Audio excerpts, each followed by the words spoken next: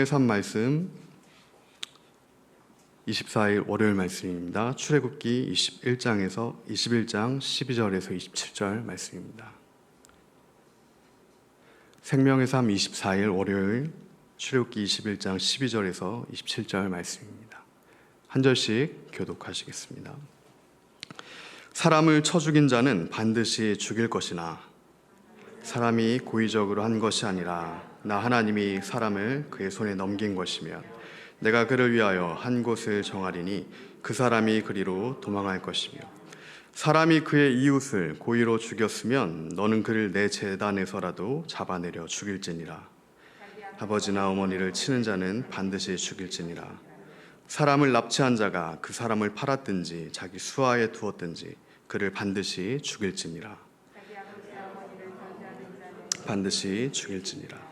사람이 서로 싸우다가 하나가 돌이나 주먹으로 그의 상대방을 쳤으나 그가 죽지 않고 자리에 누웠다가 지팡이를 짚고 일어나 걸으면 그를 친 자가 형벌은 면하되 그간의 손해를 배상하고 그가 완치되게 할 것이니라. 사람이 매로 그 남종이나 여종을 쳐서 당장에 죽으면 반드시 형벌을 받으려니와 이틀을 연명하면 형벌을 면하리니 그는 상전의 재산입니다.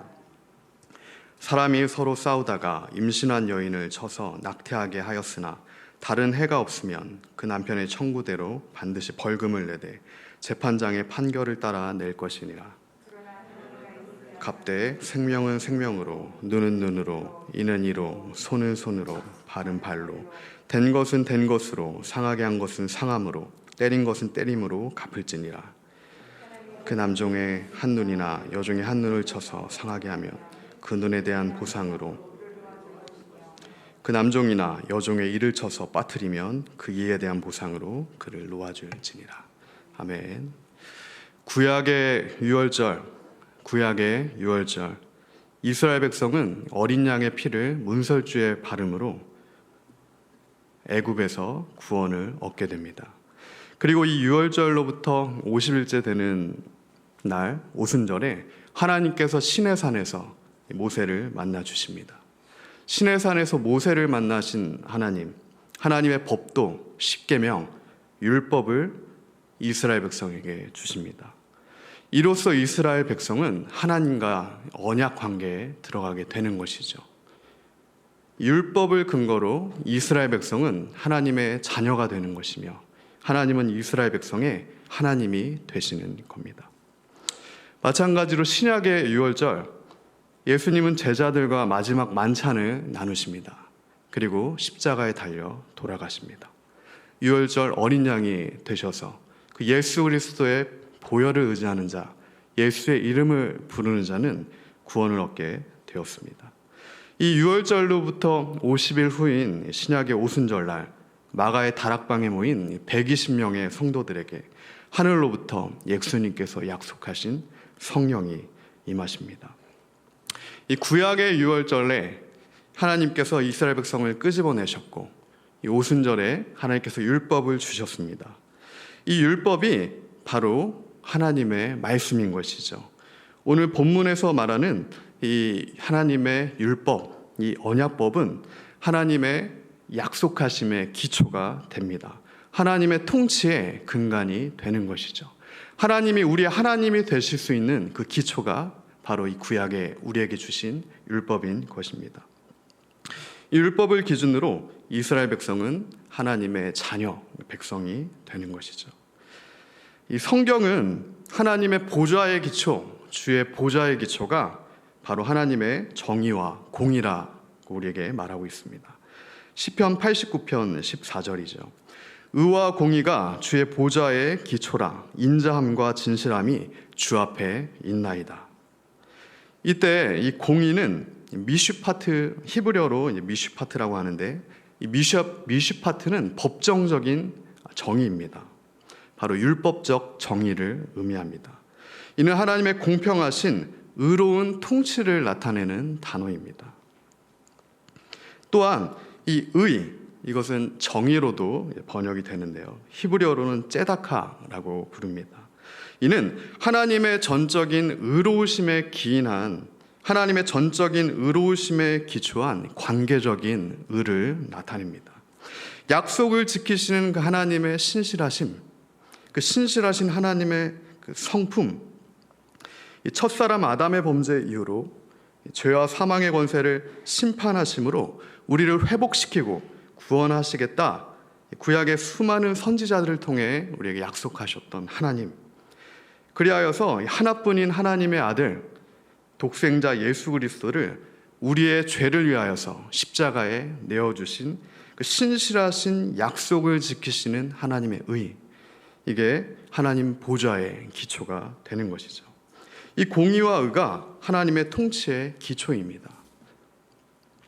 이 공의는 하나님의 율법입니다.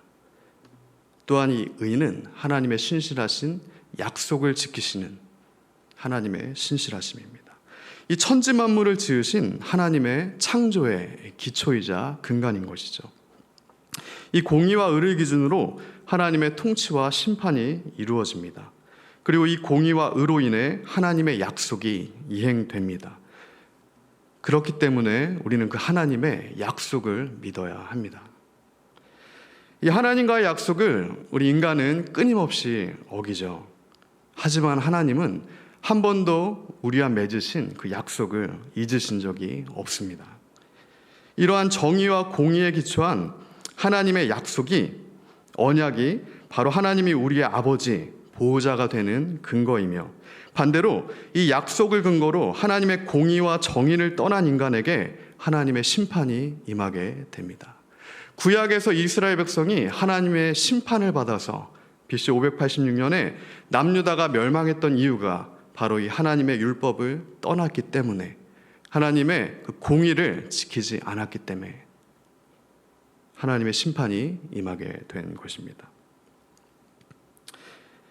그렇기 때문에 우리가 이러한 하나님의 공의와 의가 다시 이 땅과 민족과 우리 삶 가운데 온전하게 서게 될 때 하나님의 인자하심과 진실하심이 우리에게 임하게 되는 것이죠. 주의 보좌의 기초로서 의와 공의가 주님의 보좌의 기초가 되기 때문에 그거에서 기인하여서 또한 주님의 인자하심과 진실하심이 우리에게 임할 수 있다는 말입니다. 이 인자하심은 인애와 자비죠. 히브리어로는 헤세드입니다. 이는 하나님의 전적인 은총, 은혜를 뜻합니다. 인간의 편에서 하나님께 어떠한 것을 드리는 것이 아니라 하나님의 그 신실하신 약속에 기초하여 하나님께서 전적으로 주님의 은혜를 우리에게 주시는 것이 바로 이 인자입니다. 하나님께서는 출애굽기 3장 12절에 약속하신 대로 시내산에서 이스라엘 백성과 언약을 맺으시죠. 그 결과 이스라엘은 하나님의 백성이 되었습니다. 하나님은 이스라엘의 하나님이 되셨습니다. 그리고 오늘 본문에 이 하나님께서 주신 율법은 하나님과 이스라엘이 맺은 언약을 완전하게 하는 방법이 됩니다. 목적이 하나님의 말씀, 이게 약속하심의 성취라고 한다면 이 율법은 그 하나님의 목적과 약속을 이루기 위한 하나의 방법이 되는 것입니다. 이 법은 언약의 하위 개념이 되는 것이죠. 하나님과 이스라엘이 맺은 이 언약을 위하여서 이 율법이 존재하게 되는 겁니다.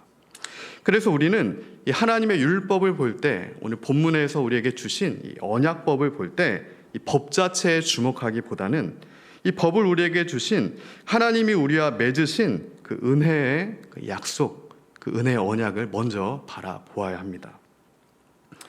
이것은 마치 자녀가 사랑하는 아버지와의 사랑의 관계 속에서 아버지가 만든 가정의 규율에 순종하는 것이 원리이지, 순종이 목적이지, 자녀가 규율 자체를 지키지 않으면 안 된다는 그 관념에 사로잡혀 있는 것이 마땅하지 않은 것과 같은 것이죠. 자녀를 키워보신 분이라면 누구나 공감하겠지만 저에게도 2명의 자녀가 있습니다. 아이들이 커갈수록 더욱더 이 규율이 엄격해지는 것 같아요. 집안의 기준이 더욱더 분명히 서게 됩니다. 어렸을 때는 기준 없이 그냥 마냥 우리 아이들을 사랑했지만 아이들의 생각이 자라고 키가 자라면서 더욱더 해야 할 것과 하지 말아야 될 것, 이 규율들을 가정의 가장인 제가 정해주곤 합니다. 이와 같이 하나님께서 하나님의 자녀 삼은 이스라엘 백성들에게 하나님의 보좌의 기초로서 그 공의와 의의 기준을 제시하셨습니다. 그 언약의 기초를 제공하신 거죠. 이 언약을 유지하기 위한 조건으로 출애굽기 20장에서 10계명이 이스라엘 백성에게 주어집니다. 그리고 그 이후에 그 언약의 세부법인 언약법이 오늘 본문인 21장부터 23장까지 주어집니다. 이 백성들은 언약의 근본적인 조건을 하나님으로부터 직접 듣게 되죠. 이 10계명은 토라라고도 하고 율법의 핵심이 됩니다. 수많은 율법이 있지만 그 중에 가장 중요한 하나님의 법은 10계명이죠. 그리고 그에 따른 이 언약의 세부적인 조건들은 하나님이 이스라엘 백성에게 직접 주시는 것이 아니라 중재자 모세를 통해 이스라엘 백성에게 주어집니다. 이로써 이스라엘은 공식적으로 하나님과의 언약 관계에 들어가게 됩니다. 우리가 그토록 바라는 인류가 그렇도록 고대했던 샬롬의 상태가 하나님의 약속을 기초로 이루어졌습니다. 그리고 이 하나님의 언약 안에는 하나님의 축복이 담겨 있죠. 그러나 하나님의 심판 또한 담겨 있습니다. BC 586년에 남유다가 바벨론에 의해서 멸망당합니다. 그때 수많은 선지자들이 눈물을 흘리죠. 눈물의 선지자 예레미야는 무너지는 그 조국을 바라보며 하나님의 그 신실하심, 약속하심을 다시 한번 부르짖습니다. 그때 하나님께서 예레미야에게 다시 한번 나타나셨습니다. 예레미야 31장 1절이죠. 여호와의 말씀이니라. 그때 내가 이스라엘 모든 종족의 하나님이 되고 그들은 내 백성이 되리라. 신실하신 하나님께서는 1000년 전에 하셨던 모세에게 주셨던 그 약속을 다시 한번 기억하셨습니다. 그리고 말씀하시죠. 여호와의 말씀이니라. 보라 날이 이르니니 내가 이스라엘 집과 유다 집에 새 언약을 맺으리라. 이 언약은 내가 그들의 조상들의 손을 잡고 애굽에서 인도하여 내던 날에 맺은 것과 같지 아니할 것은 내가 그들의 남편이 되었어도 그들이 내 언약을 깨트렸음이라. 여호와의 말씀이니라. 하나님께서 뭐라고 말씀하셨습니까? 이스라엘 백성이 받은 심판의 근거는 약속에 있었다. 근데 그 약속은 하나님의 공의에 기초했던 것이고 그 공의로서 이스라엘에게 주어졌던 하나님의 그 정의로운 율법을 지키지 않았으므로 이스라엘이 심판을 받게 되었다 말씀하셨습니다.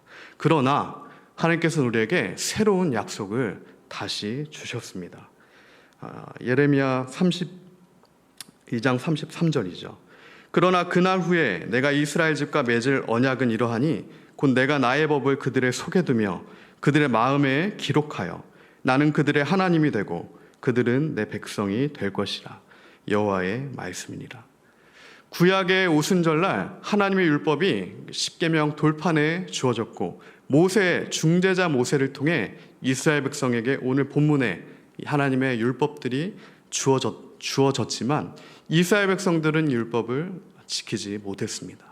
하지만 신실하신 하나님께서는 그 약속을 이스라엘 백성이 지키지 못한 그 약속을 하나님은 기억하시고 계속해서 지켜가십니다.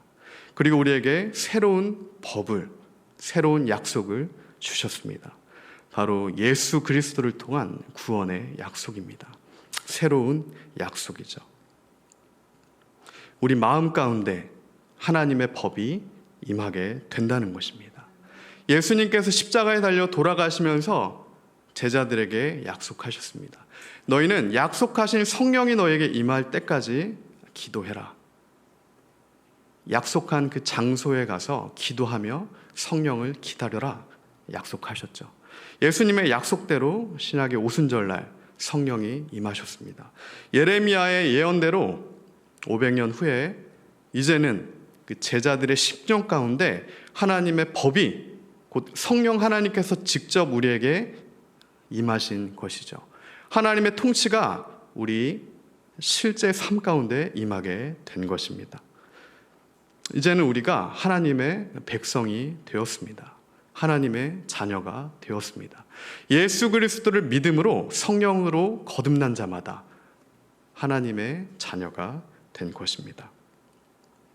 이러한 하나님의 신실하신 약속을 믿는 것, 이 구약에 약속하셨던 모든 율법을 완성시키신 예수 그리스도를 통하여서 하나님의 신실하심을 계속해서 하나님의 주권을 나타내셨던 그 하나님의 약속을 믿는 것, 그것이 하나님께서 우리에게 요구하시는 진정한 믿음입니다.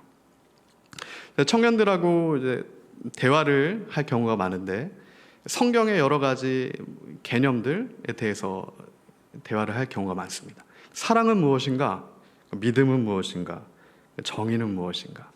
그 중에서도 가장 좀 헷갈려하는 부분이 바로 이 믿음인 것 같습니다. 믿음이란 무엇인가? 라고 했을 때 우리가 선뜻 정의 내리기가 쉽지가 않은 것 같아요. 보통은 막연한 관념을 떠올립니다. 무언가 내가 소망하는 것, 무언가 될 거야 라고 생각하는 것, 이러한 막연한 관념을 믿음이라고 생각하는 경우가 많습니다. 그러나 이 성경에서의 믿음은 절대 이런 관념적인 믿음을 의미하지 않습니다. 성경에서 말하는 믿음은 하나님의 전적인 통치의 주권을 믿는 믿음을 뜻합니다. 히브리서 11장은 우리에게 증거하죠. 믿음은 바라는 것들의 실상이요 보지 못하는 것들의 증거니 선진들이 이로써 증거를 얻었느니라. 이어서 3절과 4절은 이를 다음과 같이 나타냅니다. 믿음으로 모든 세계가 하나님의 말씀으로 지어진 줄을 우리가 아나니 믿음으로 모든 세계가 하나님의 말씀으로 지어진 줄을 우리가 아나니 보이는 것은 나타난 것으로 말미암아 된 것이 아니니라. 믿음으로 아벨은 가인보다 더 나은 제사를 하나님께 드림으로 의로운 자라 하시는 증거를 얻었으니. 히브리서는 우리에게 믿음이란 무엇이라고 증거하고 있습니까? 모든 세계가 하나님의 말씀으로 지어졌다는 겁니다. 하나님의 모든 세계가 하나님의 말씀을, 그 약속을 기초로 하고 있다는 겁니다. 그 하나님의 말씀과 약속을 믿는 것이 믿음이고 그 약속을 믿음으로 예수 그리스도를 구원자로 받아들이는 것이 바로 의롭게 되는 자들의 의라는 겁니다. 하나님이 주시는 그 째다카의 은혜인 것이죠. 결론입니다. 이 사도행전에 보면 제자들이 성령을 받습니다. 사도행전은 성령행전이라고도 하죠. 하나님의 놀라운 역사가 일어납니다. 초대교회가 부흥을 합니다. 베드로의 설교 한편으로 3,000명이 회심하는 역사가 일어납니다. 이 부흥과 동시에 핍박이 시작되죠. 최초의 순교자였던 스데반 집사, 성령과 지혜가 충만한 7 집사 중에 스데반이 순교를 당합니다. 스데반, 베드로, 바울, 성령의 사람들의 메시지에는 공통점이 있었습니다. 바로 이 하나님의 주권과 신실하심, 하나님의 약속에 대한 확고한 믿음, 그리고 이 약속의 성취로서 바로 그 구원자 되신 분이 예수 그리스도다라고 하는 선포였습니다.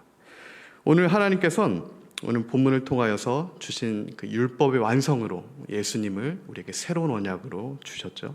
그리고 사도행전의 사도들처럼 오늘날 우리 역시 성령으로 거듭나서 그 예수 그리스도가 바로 하나님의 신실하신 그 약속의 성취다, 우리의 유일한 메시아가 되시며 구원자가 되신다, 그 사실을 우리 삶을 통하여서, 우리의 말을 통하여서 증거하길 원하십니다. 그러한 하나님의 신실하심에 합당한 신실한 자녀가 되길 예수님의 이름으로 축복합니다. 제가 기도하겠습니다. 사랑 많으신 주님 감사합니다. 하나님의 보좌의 기초는 공의와 의입니다.